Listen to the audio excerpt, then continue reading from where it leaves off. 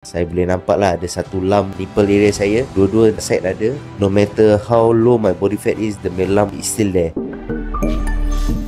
Nama saya Afiq, saya dari Singapura. Saya 29 tahun. Saya memang minat competition bodybuilding lah. Tapi pasal ada gyno, saya terus macam malu. Chest saya tak nampak cantik. Saya datang ke Glowjust untuk buang saya punya gyno. Alhamdulillah sekarang saya rasa lebih confident dan tak rasa malu lah kalau buka baju. So far Alhamdulillah semua okey. Dia tak sakit, dia cuma rasa discomfort sikit je. Demi doktor, demi nurses, orang layankan biar tak terfikir sangat pasal surgery. Everything is good, everyone is good here also. Sebenarnya saya sendiri tak tahu saya ada gyno. Kalau nak tahu ada gyno ni, body fat percentage memang nak kena rendah, baru boleh nampak. Tahun lepas bila saya compete untuk bodybuilding, body fat percentage saya rendah. Tu macam mana saya tahu saya ada gyno. Terima kasih Glowjust for the treatment. I'm really happy.